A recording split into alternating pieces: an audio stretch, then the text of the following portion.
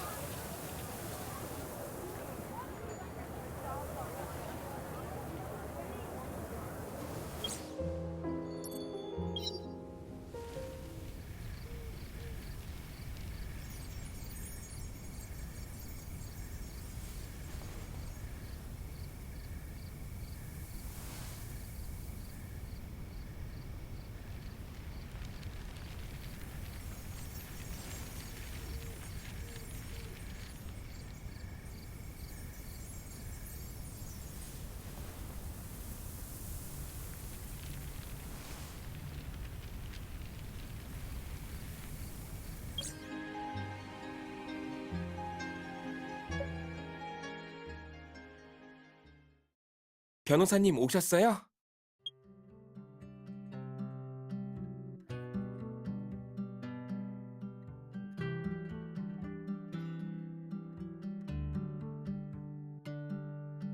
윤 교수님 기다리는 중이에요. 학교 쪽에 일이 좀 있어서요.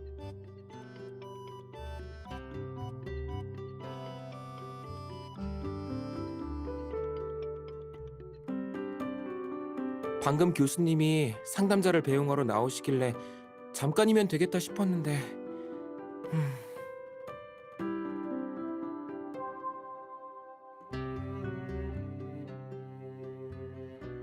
아, 또 그렇게 급한 건 아니고 오늘은 그냥 자료 드리러 왔어요. 대신 이따 학교에서 교수님의 선생님을 만나 뵙기로 했는데 그 시간에 늦을까 봐 걱정이에요. 네, 최근에 저희 쪽에서 일상심리학이라는 주제로 특별한 자리를 마련했었거든요. 윤 교수님이 대학 시절 스승이셨던 페렌츠 교수님을 초청하셨어요. 심리학계의 거장이라고 불리는 분이시죠.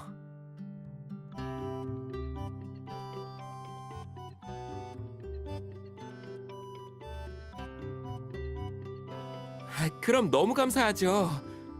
변호사님, 페렌츠 교수님은 오후 2시부터 4시까지 캠퍼스에 계실 거라고도 같이 전해주시겠어요?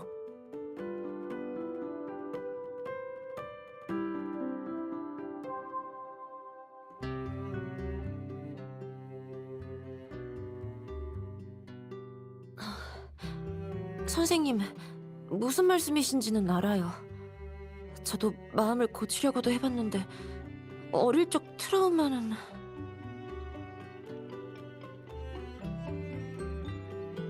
정상적인 상황이니 걱정하지 마세요. 성장 과정 중 중요한 시기에 특히 어린 시절의 경험은 쉽게 바꿀 수 없는 고정관념을 만들어내요. 심리학에서는 이런 현상을 각인 효과라고 부르고요. 각인 효과는 한 번 생기면 되돌릴 수 없다는 연구가 많죠.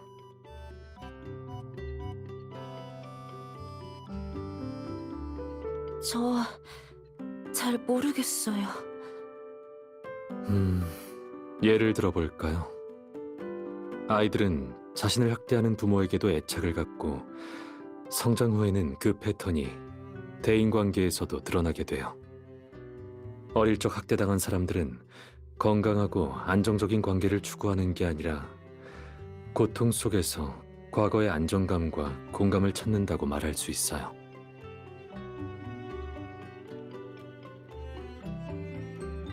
그럼 제가 아무리 노력해도 소용이 없다는 거잖아요. 아니요. 되돌릴 수 없다는 게 바꿀 수 없다는 의미는 아니에요. 새로운 인지관념을 형성하는데 시간이 걸리기 때문에 단번에 이루어지지는 않을 뿐이죠. 상담 때도 말씀드렸지만 언제든 필요하시다면 최대한 전문적인 도움을 드릴 수 있도록 할게요. 네, 감사해요, 윤 선생님. 진지하게 생각해 볼게요. 네.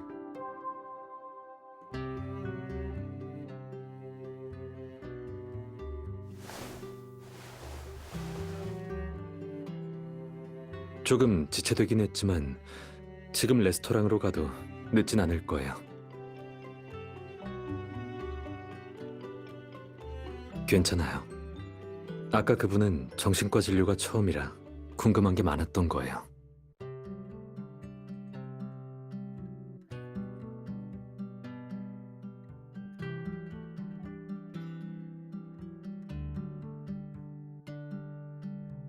일 얘기는 이만하고 일단 옷 좀 갈아입고 올게요.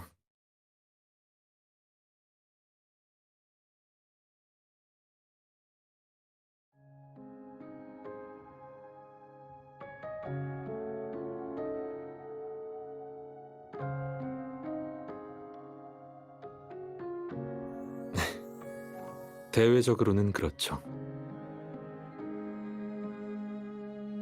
원래 미림시에 한 달 정도 머물 예정이셨어요. 제가 여기서 어떻게 지내는지도 보고 싶으시다면서요. 근데 학교에서 이 소식을 듣고 저한테 교수님을 초청해달라고 요청한 거죠. 그래서 이렇게 된 거예요.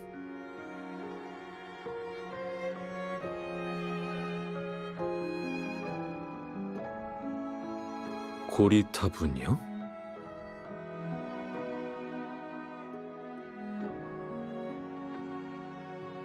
교수님을 뵌 적이 없어서 학술적인 부분만 보고 얘기했을 거예요. 심리학 분야에서 세계적으로 유명한 건 맞으니까요. 작년에 교수직에서 은퇴하셨는데 학계에서는 지금도 다양한 학술 활동에 초청하고 있죠. 그래서 교수님이 오신다고 그렇게 흥분하는 것도 그럴만해요.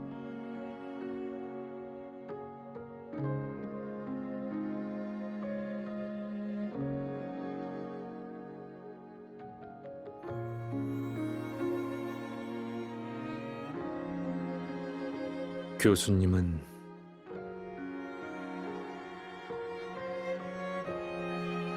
정말 이상한 분이에요. 대학생 때 교수님 밑에서 연구할 때부터 기상천외한 모습을 많이 보여주셨거든요. 물론 제가 박사학위를 받을 때까지도 그러셨고요.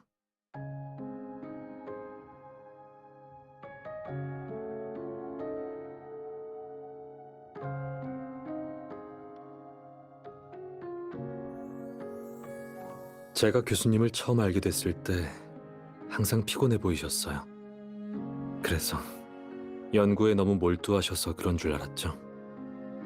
근데 신입생 파티에서 무대 중앙에 있는 교수님을 보고 그동안 왜 그렇게 피곤해 하셨는지 알게 됐어요.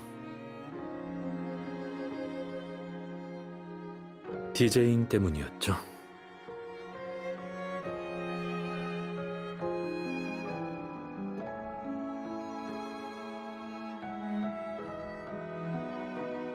네.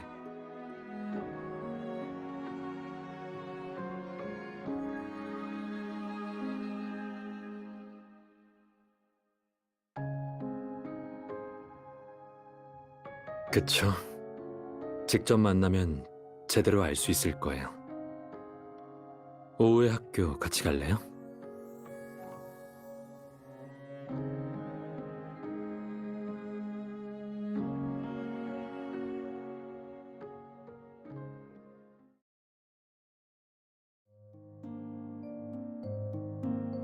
교수님이 이런 행사는 처음이라 더 알아보고 싶다고 하셔서요. 아니면 윤 교수님도 회의실로 가시겠어요?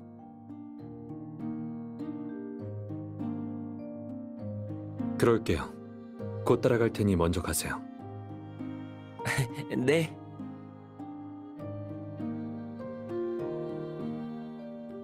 회의 끝나려면 좀 걸릴 것 같은데 우선 여기서 기다려 줄래요?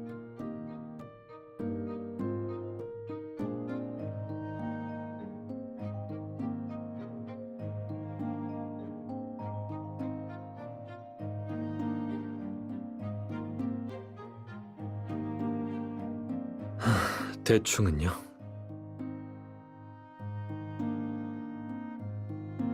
행사 관련 회의는 끝났는데 교수님의 아이디어는 당분간 끝나지 않을 것 같아요. 학교 옆에 있는 서점에서 점장으로 일하시겠다네요.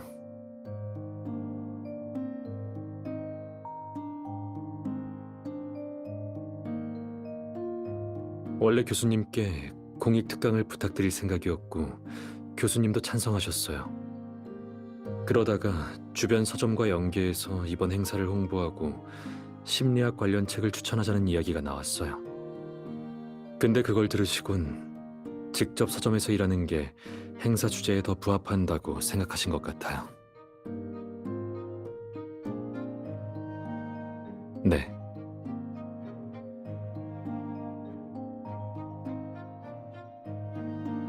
강단에 서서 지식을 전하는 것보다 시민들의 삶에 직접 들어가는 게 낫다고 하시더라고요.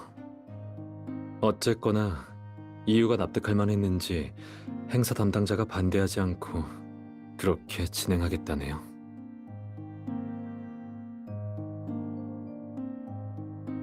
그런데 제 생각엔 교수님이 재미로 그러시는 것 같아요.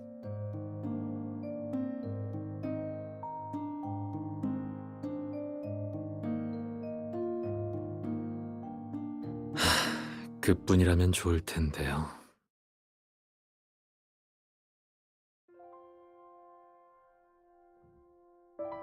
아무것도 아니에요. 어차피 이미 결정된 일이니까요. 아, 그리고 교수님은 바로 서점으로 가셔서 오늘은 소개하기 어려울 것 같아요. 네, 시간이 늦었는데 우리 이만 가요.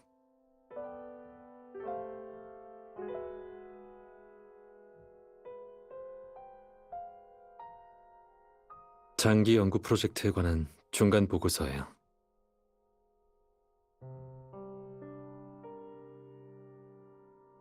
(10년) 전에 교수님 주도로 스월터 전역에서 50년간 진행될 추적조사 연구를 시작했어요. 주제는 인간 발전에 영향을 미치는 중요 요소고요. 교수님은 스월터 각 계층의 500명을 연구 대상자로 모집하고 1대1로 면담을 진행했어요. 내용은 대상자의 어린 시절이나 가정환경, 자기평가 등에 관한 거였고 전문적인 심리검사도 이뤄졌죠. 그걸 기준으로 5년마다 대상자를 다시 인터뷰해서 평가를 조정하고 있어요.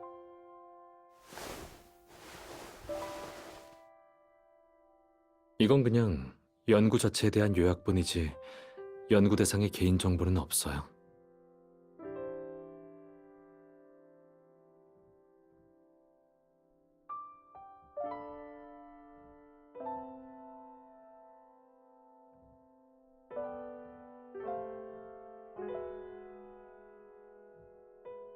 그런 셈이죠.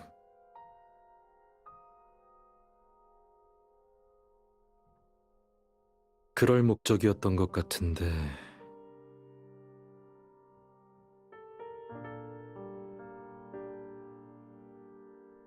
이건 좀 더 생각해 보려고요. 우리 이만 가요.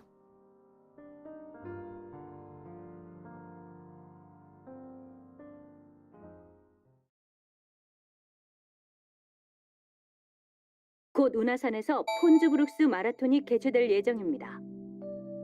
1년에 한 번뿐인 천체 관측 챌린지답게 이번에도 많은 관측자가 모였는데요.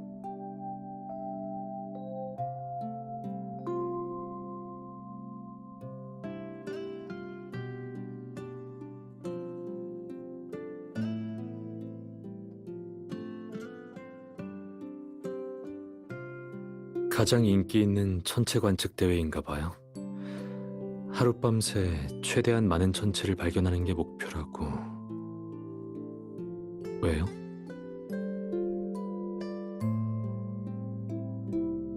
시간 되면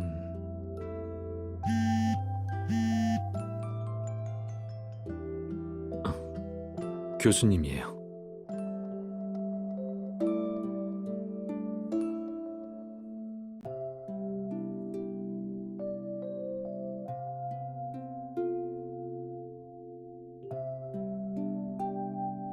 상의할 일이 있다고 내일 서점에서 만나자고 하시네요. 자세한 건 안 알려주셨어요.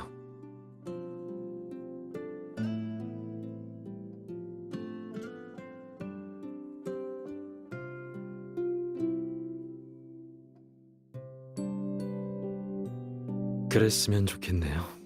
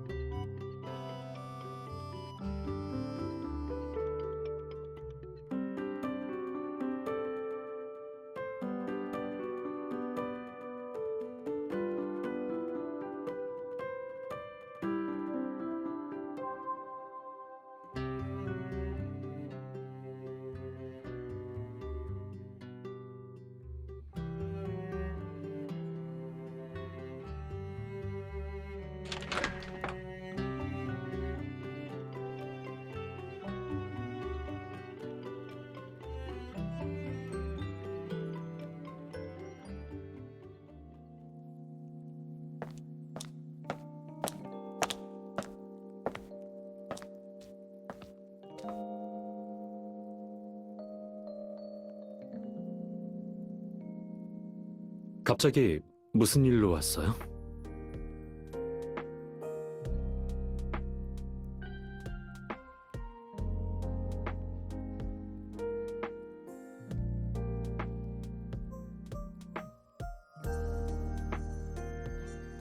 그럼요.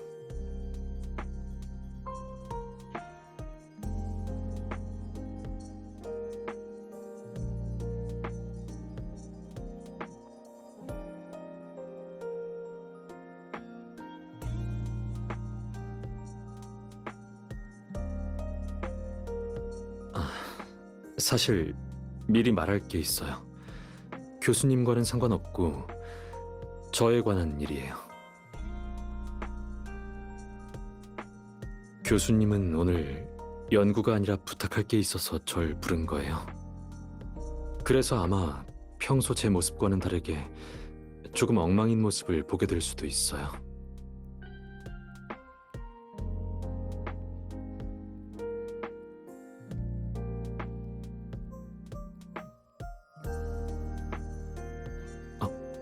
봤어요?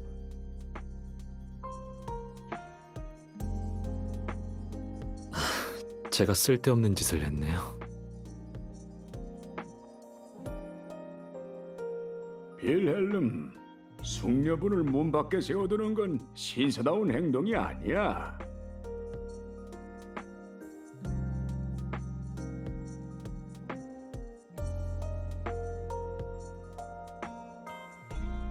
들어가서 얘기해요.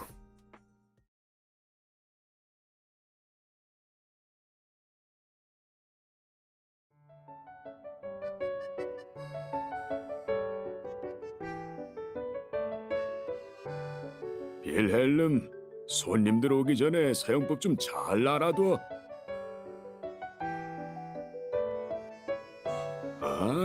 내가 비렐름한테 도와달라고.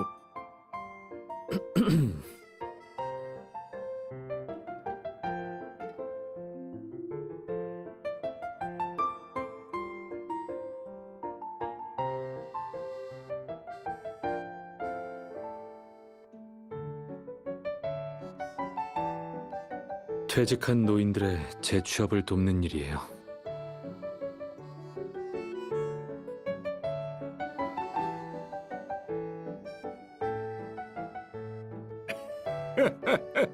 아주 적절한 해석이구나.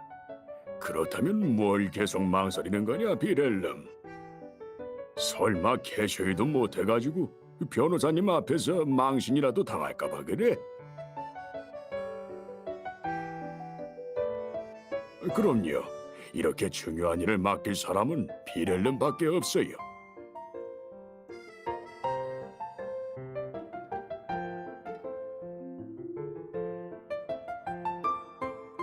아니, 그게 괜한 문제가 생길까봐 걱정돼서요.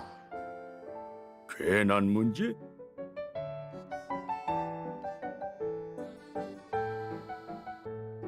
교수님은 모르시겠지만 제가 이 근방에서 이름이 알려진 편이라서요. 그래서 어쩌면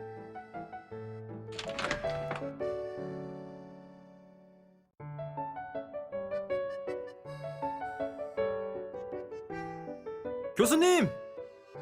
진짜 여기 계시네요. 교수님도 이번 행사에 참여하신다고는 들었는데 이렇게 거리감 없는 방식일 줄은 몰랐어요. 우와, 교수님이랑 직접 대화할 수 있다니 너무 좋은데요? 대충 이 정도로 유명하달까요?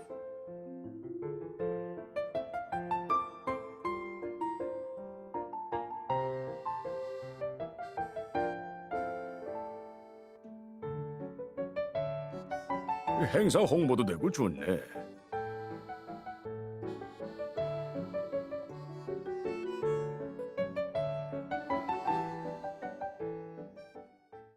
변호사님,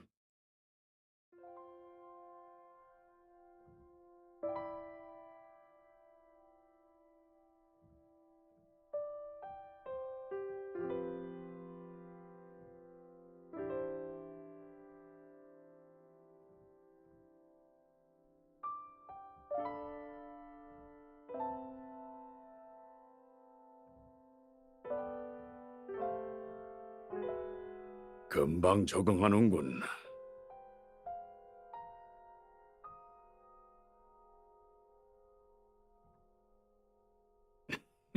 아니, 난 진심으로 비렐름한테 부탁한 거예요. 내 나이에 이런 일은 버겁거든. 물론 오랜만에 만난 비렐름한테 어떤 변화가 있는지도 보고 싶었고요. 변호사님이 봤을 때 대학 시절 비렐름은 어땠을 것 같나요?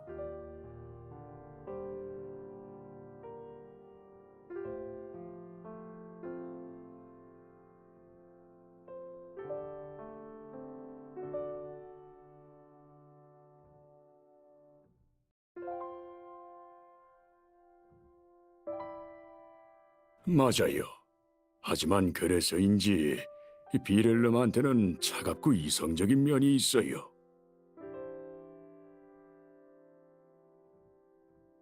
비렐름은 단순히 이성적이었다고 말하기엔 부족한 감이 있어요. 이론이랑 실험 쪽으로는 특출난 게 맞는데 비렐름의 목표가 심리학을 통해서 사람의 마음을 읽는 거라면 이론만 아는 건 허공에 건물을 지은 것과 같아요. 다른 사람이 실제로 어떤 생각을 하는지는 책에 나와 있지 않으니까요. 그리고 내 교육 철학은 녹아들지 않으면 이해할 수 없다라는 거예요.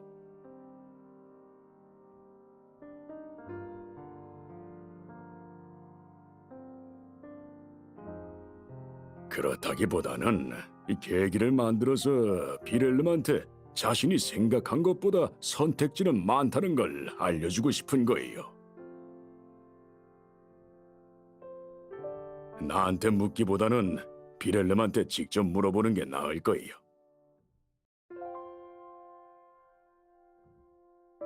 그리고 지금은 우리 변호사님의 도움이 필요하겠네요.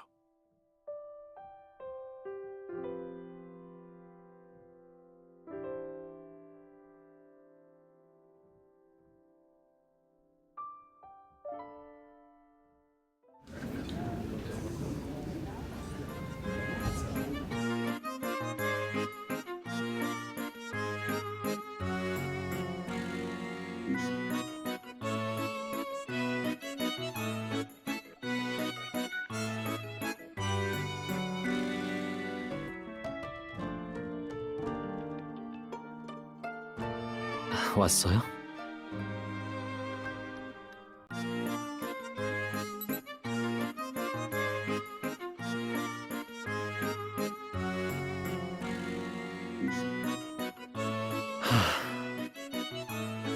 하마터면 들킬 뻔했네요.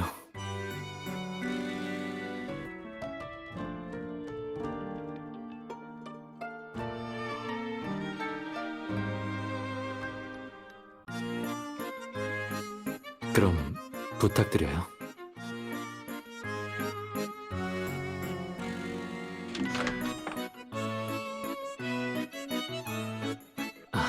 더 빨리 해야겠어요.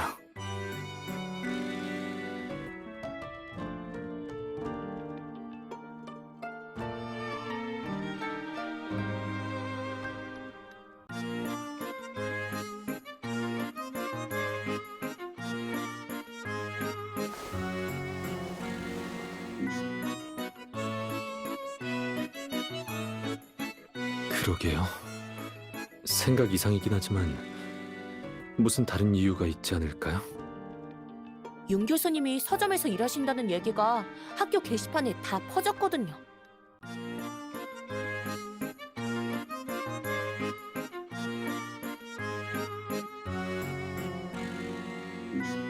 게시판에 교수님이 서점에서 일하시는데 심리학 관련해서 질의응답도 해주신다는 얘기가 있거든요. 수강 신청에 실패한 사람들이 교수님이랑 대화할 기회를 놓칠 리가 없죠. 맞아요. 저도 빨리 알았으면 아침 일찍부터 왔을걸요? 교수님의 깊은 뜻을 네가 어떻게 알아? 깜짝 등장 이벤트 같은 걸 수도 있지.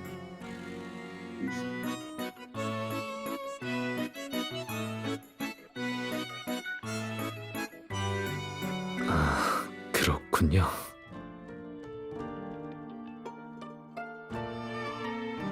교수님, 혹시 나중에 서점에서 특강 같은 것도 하세요? 지금 공개된 행사 일정을 보면 없을 거예요. 그렇구나. 정장을 입고 계셔서 다른 행사도 있는 줄 알았어요.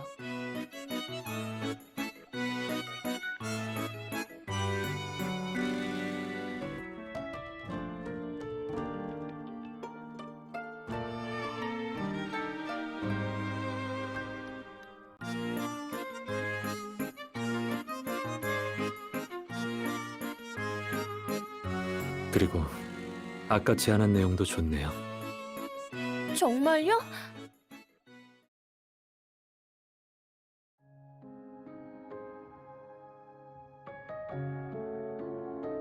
심리학에 대한 관심과 탐구열이 높은 것 같아 기뻐요.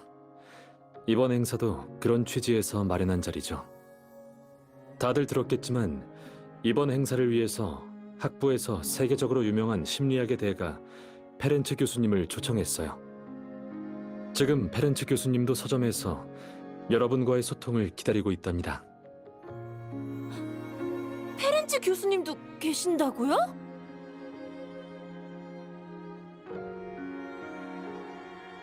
휴게실에 계시는데 다들 질서 있게 소통할 수 있길 바랄게요.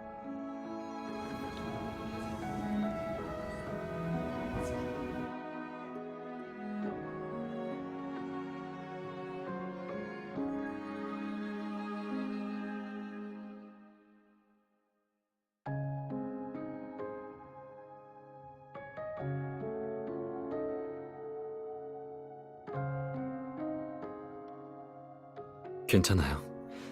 신선한 경험이라 꽤 괜찮았어요.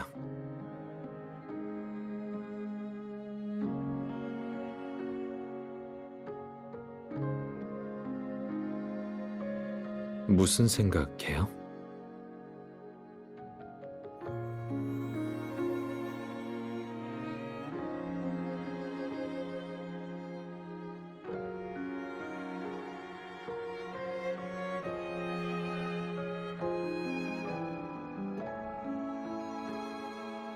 그 일도 말씀하셨나 보네요.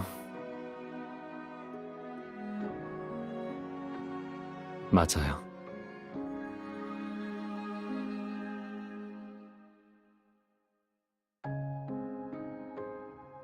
그게 저기 혹시 여기서 심리학적으로 상담을 해주시나요?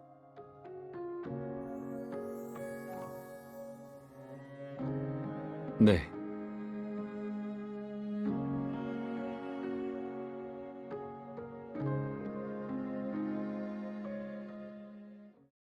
아, 제 딸에 관한 건데 저희 가족이 작년에 다른 지역에서 미림시로 이사 오면서 아이도 전학을 오게 됐어요.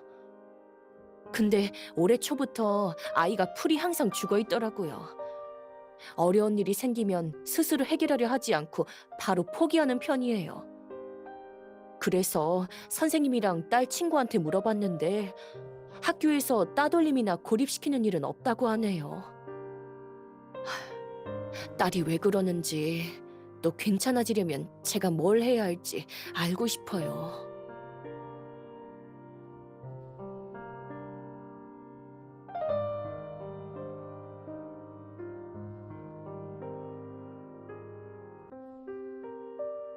학습된 무기력 상태 같네요.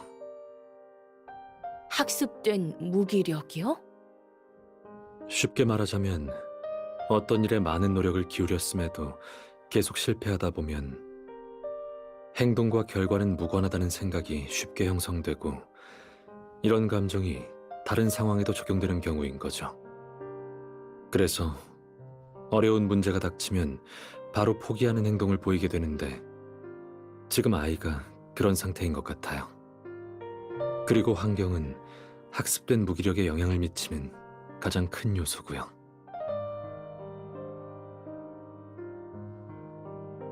그러니까 아이가 새로운 환경에 적응하지 못해서 생긴 일이라는 말씀이시죠? 단언할 순 없지만 새로운 환경도 유발 요소 중 하나라고 볼 수 있어요. 그리고 아이의 귀인 방식, 말하자면 결과에 따라 원인을 추론하는 방식에도 문제가 있을 수 있습니다. 그럼 제가 어떻게 해야 할까요? 아이의 상태가 심각하다면 정신과 의사에게 상담을 받는 게 좋을 것 같네요. 물론 부모님도 관련 지식을 공부해 두시면 더 좋고요.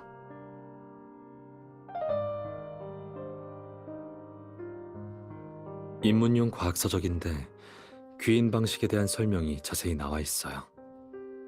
아이와 함께 책을 읽으면서 논리적으로 원인을 찾는 훈련을 할 수 있도록 도와주실 수 있을 거예요.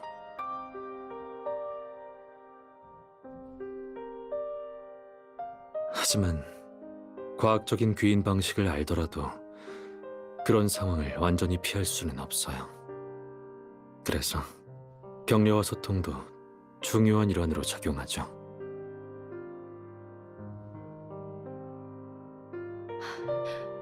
그럴게요. 정말 감사해요.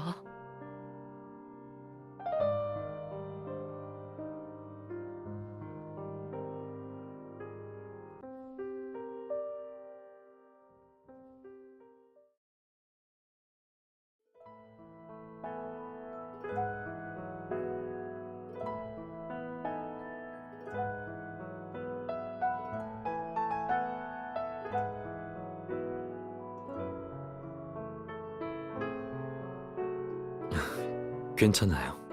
학교에 연락해서 오후에는 자원봉사자가 있을 거예요. 교수님은 제 반응을 관찰하려는 목적이었어요. 그걸 달성했으니 더 강요하진 않을 거예요. 교수님 밑에서 공부한 시간이 있어서 어느 정도 파악은 할 수 있어요.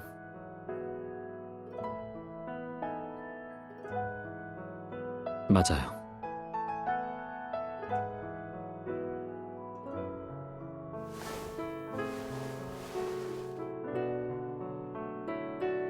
사실 말 못할 이야기도 아니지만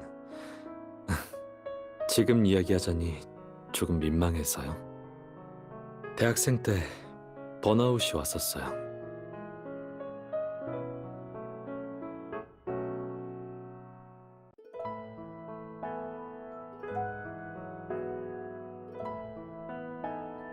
그때의 전 히스테리까진 아니지만 갇혀버린 것처럼 모든 게 정체된 기분이었어요.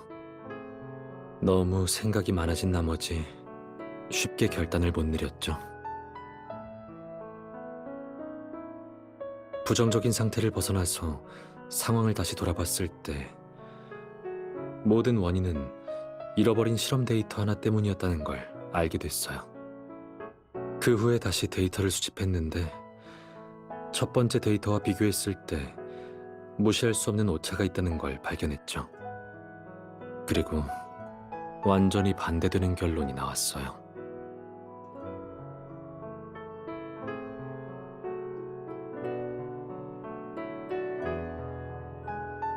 아주 작은 오류가 눈덩이처럼 불어나서 제가 알아차렸을 땐 이미 어쩔 수 없는 상황이었죠.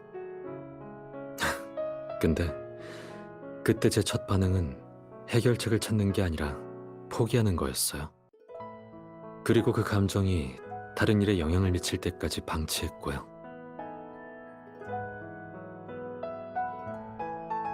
네. 그땐 어떤 선택을 하든 좋은 결과는 얻을 수 없을 거라고 생각해서 아예 선택권을 포기해버린 거거든요. 그땐 좀 제멋대로였죠.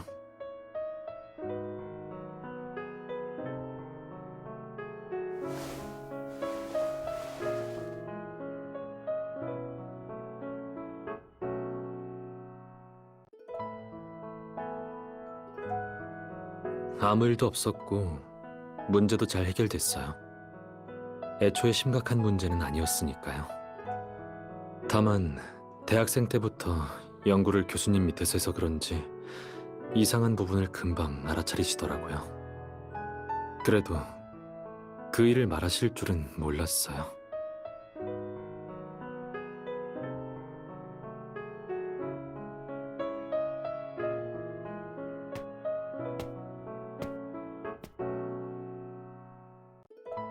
비렐름, 연구일은 잘 생각해봤니?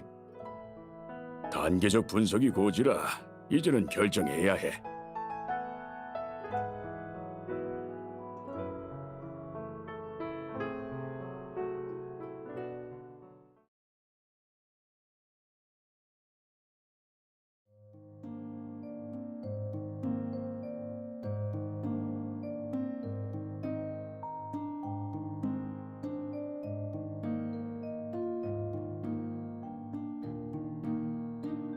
선배, 여기 서서 뭐해요?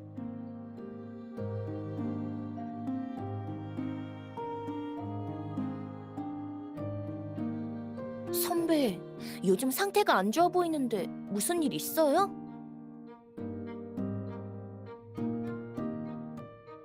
아, 저번에 말한 행사요? 그쪽 지나다니면서 보니까 사람들이 되게 많더라고요. 그래서 피곤했구나. 선배도 폰즈브룩스 챌린지는 들어봤죠? 요즘 천체 관측하는 게 인기잖아요. 선배도 시간 나면 별 보면서 긴장 좀 풀라고요.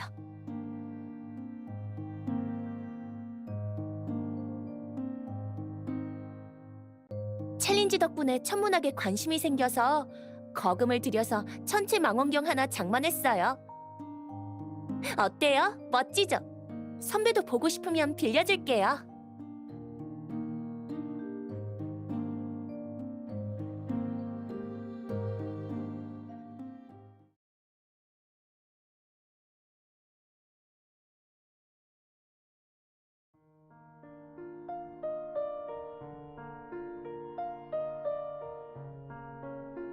솔직히 말하지, 비렐름. 연구에 참여하는 건 너한테 나쁜 일이 아니야. 10년 전에도 참여했었고. 교수님, 시간이 많이 지났고 이제는 상황이 많이 달라졌어요. 그럼 그때 그 문제에 대한 답은 찾았나?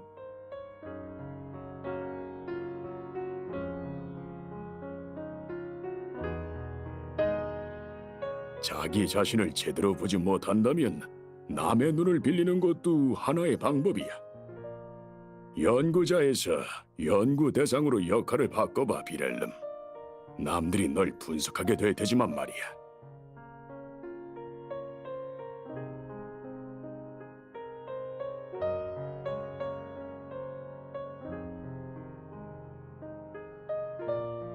전 다른 사람이 절 관찰하는 게 무서운 게 아니에요.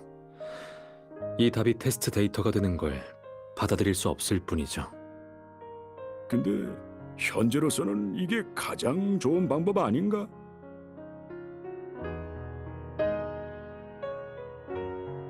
네가 10년 전에 쓴 설문지를 책장에 두고 왔으니까 하루 동안 잘 생각해봐.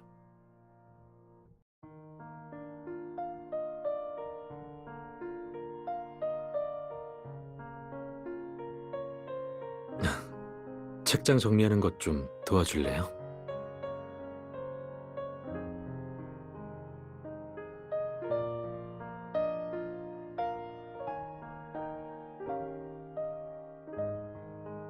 네?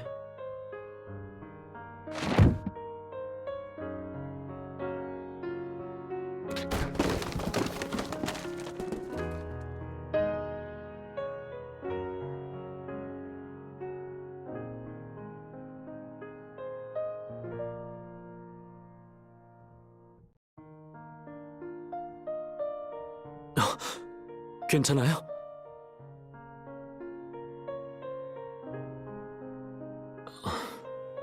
미안해요.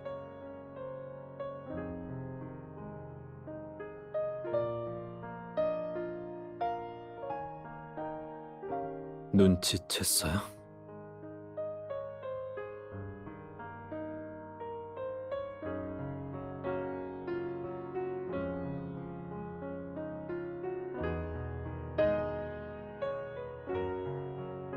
정확해요. 제가 힘들었던 데엔 더 깊은 이유가 있어요. 하지만 설명하기 전에 상처부터 치료해 줄게요.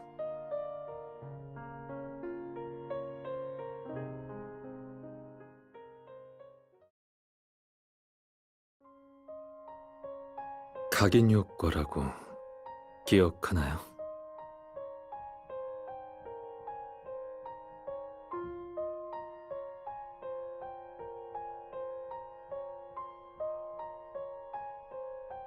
제가 심리학에 관심을 갖게 된 계기가 아버지라고 했었잖아요.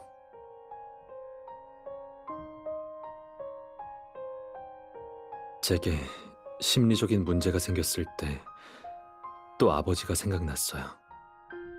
아버지와 아버지의 문제 처리 방식을 떠올렸던 거죠.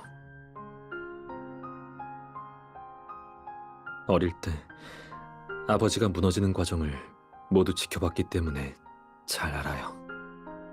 작은 일들이 쌓이고 쌓이면 결과를 만들어내는데 아버지는 헤어나오지 못하고 스스로를 포기하는 걸 택했어요.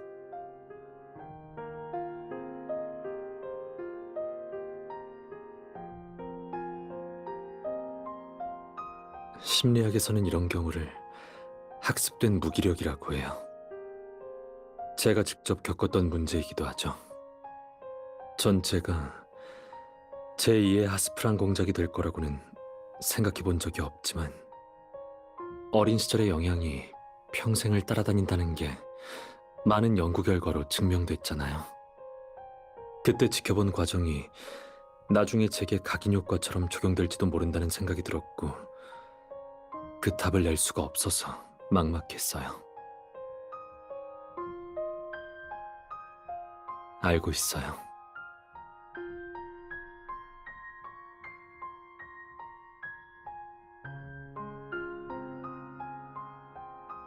제가 아버지와는 전혀 다른 인격체라는 건 알지만 문제의 본질은 아직 해결되지 않았어요. 그때 처음 깨달았어요. 전문 지식이 있어도 스스로를 정확하게 분석하지 못할 뿐만 아니라 흔하디 흔한 부정적인 감정을 다스리지도 못한다는 걸요. 전 지금까지도 그걸 못하고 있네요.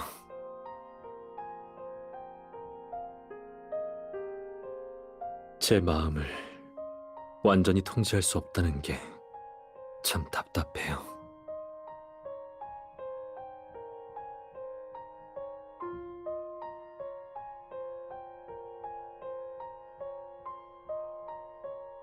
가끔 생각날 때면 이런 답답함이 별거 아닌 것처럼 느껴져요. 평소에 잘 나타나지도 않고 삶에 영향을 미치지도 않으니까요. 그저 가끔 생각날 때 마음속에 깃털이 하나 내려앉는 것 같은 거죠.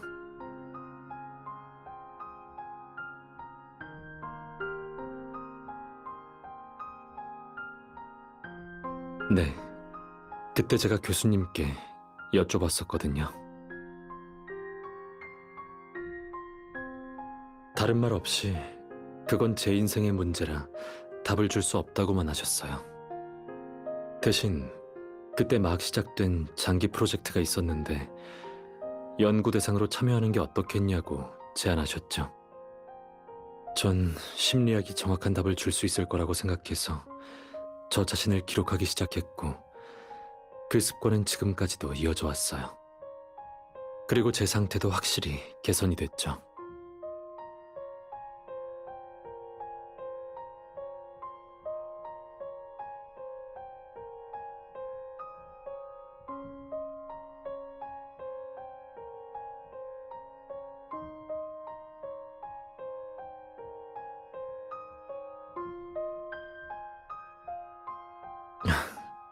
그런 걸까요?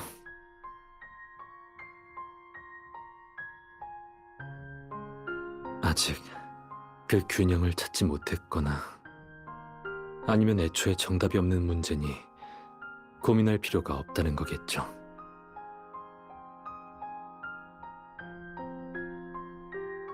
혼자 생각할 시간이 필요할 것 같은데 그렇게 해줄래요?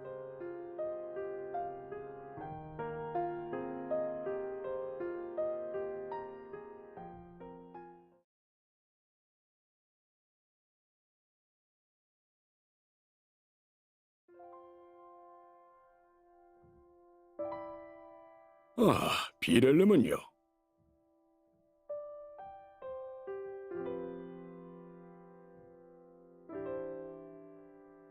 다 말했나 보군요. 그럼 이것 좀 전해줄 수 있나요?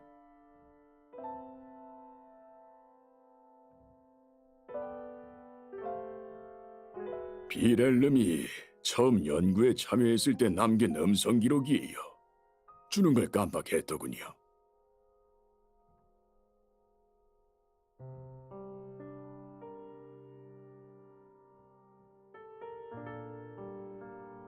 왜 더는 연구에 참여하지 않으려고 하는 건지 알아요. 어쩌면 이전 방식이 이젠 적합하지 않은 걸지도 모르지요. 아니면 인생의 문제를 연구하는 자신만의 방법을 찾은 걸 수도 있고요.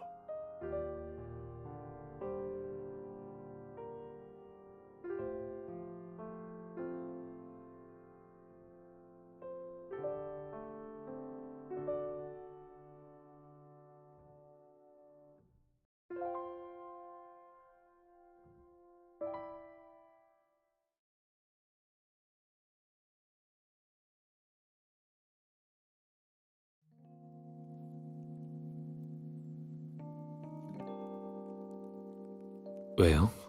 그건 뭔가요?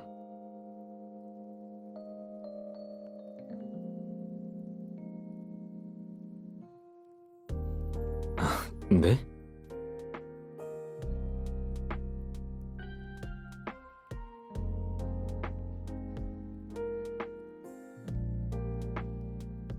전문 지식이 필요할 거예요.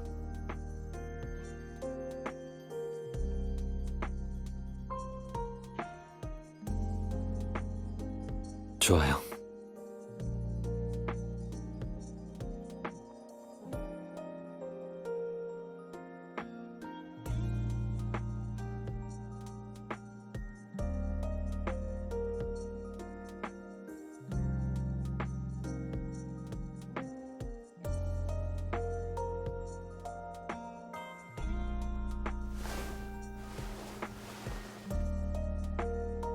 선물 정말 마음에 들어요.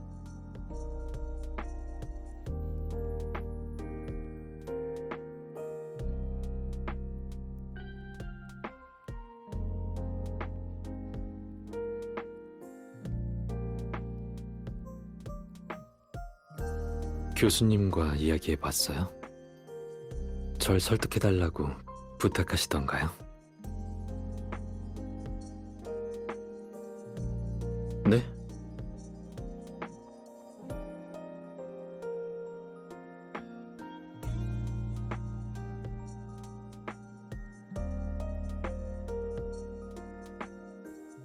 그렇다면 당신이 그 답을 준다는 건가요?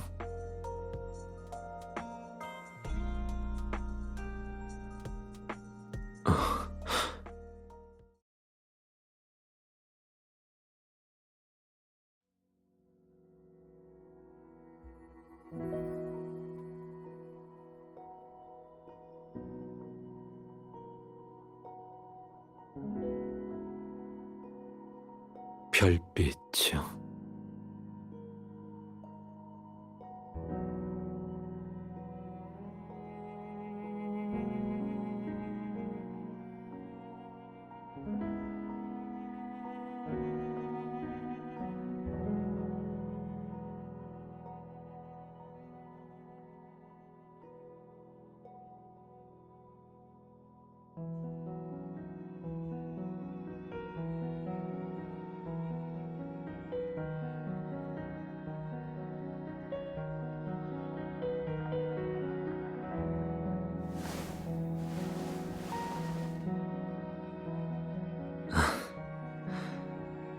과거의 막막함은 반드시 미래의 답을 얻을 수 있다는 거죠.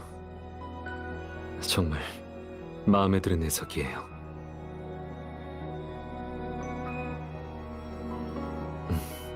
그리고 갑자기 든 생각이지만 그 순간이 오지 않더라도 괜찮을 것 같아요. 삶이 끝날 때까지 답을 얻지 못한다면 제 삶이 그 답일 테니까요. 우리가 겪어온 모든 순간이 별과 다를 바가 없을 거예요.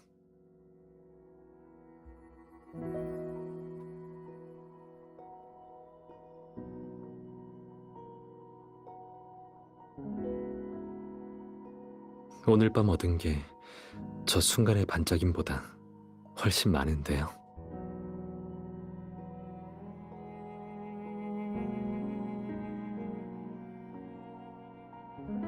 지금 우주를 다 가진 것 같아요.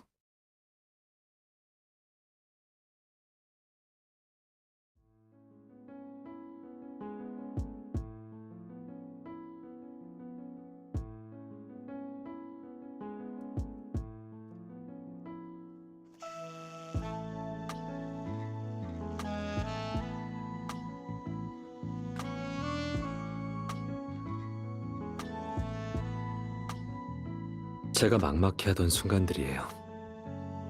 당신이 아는 일도 있고 모르는 일도 있죠.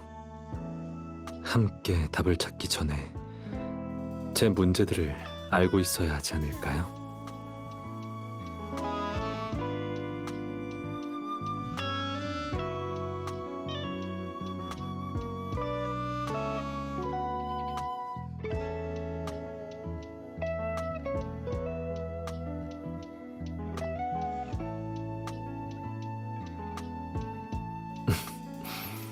숨긴 이유는 제 작은 이기심이랄까요?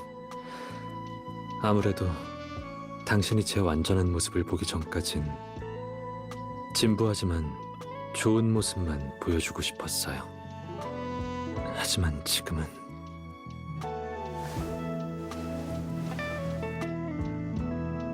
당신과 제 이야기를 나누고 싶어요. 당신을 좋아하니까요.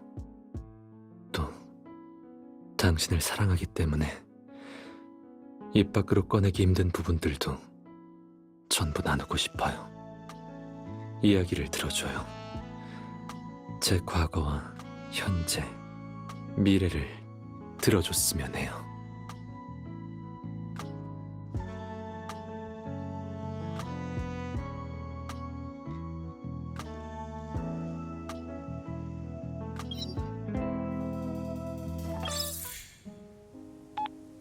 좋은 오후에요. 옥상엔 바람 쐬러 갔어요? 일은 잘 돼가나요? 다행이에요. 행사도 끝났으니 이제 서점에 갈 필요는 없겠어요. 교수님이요? 벌써 새로운 재미를 찾아서 민속박물관 전시회를 보고 계실 거예요. 참, 교수님과 이야기를 해봤는데 후속 연구를 이어받기로 했어요. 10년 전 감정에 마침표를 찍는 셈이죠. 아니요, 생각엔 변함없어요. 다만 교수님의 연세 때문에 전처럼 프로젝트에 집중하기가 어려워졌어요. 그래서 이번엔 단계적 분석부터 책임자로 참여하게 됐어요. 2주 후에 스월터에서 정식으로 인계받으려고 하는데 그때 제가 다니던 학교에 같이 가줄래요? 몇 번이고 오갔던 캠퍼스를 함께 걷고 싶어요. 마침 또 월계꽃이 피는 계절이더라고요. 교실 창가에 나란히 앉아서 따스한 햇살에 낮잠도 자고 싶어요. 응? 학창 시절이 궁금하다고요? 그때는 좀 더 순수했겠죠? 엄청난 연구 과제와 교수님의 아이디어를 상대하는데 시간을 쏟았으니까요. 그래서 딴 걸 할 새도 없이 늦게까지 실험실에 있을 때가 많았어요. 아, 그러고 보니 아니요. 갑자기 실험실이 학교에서 별을 보기 가장 좋은 곳인 게 생각나서요. 저는 신경 쓴 적이 없었거든요. 그럼 이번엔 그동안 우리가 놓친 별들을 만나봐요. 놓치고 싶지 않은 다른 일들은 이따 퇴근하면 천천히 알려줄게요.